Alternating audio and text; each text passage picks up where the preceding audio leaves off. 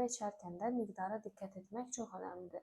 Çünki əgər bədən günlük tələbatına və yaxud da günlük tolerə edə biləcəyi miqdardan daha artıq kofein alarsa, o zaman kofeinə bağlı yan təsirlər ortaya çıxa bilər. Belə ki, bu şəxslərdə yuxusuzluq formalaşa bilər, xüsusilə də günün ikinci yarısında qəbul edilən qəhvələrdən.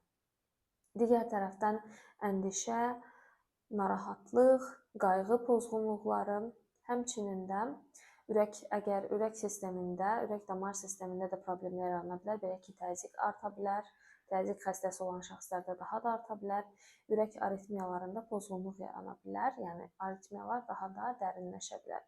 Buna görə də əgər siz sağlam şəxs deyilsinizsə, yəni ürək-damar problemi ilə, ürək-damar sistemində hər hansı bir xəstəliyiniz varsa və yaxud da hamiləsinizsə, aritmiyadan əziyyət çəkirsinizsə, qəhvəyə qarşı diqqətlə yanaşmağınız məsləhətdir. Ancaq bu problemlər yoxdursa və yaxud da hamilə deyilsinizsə,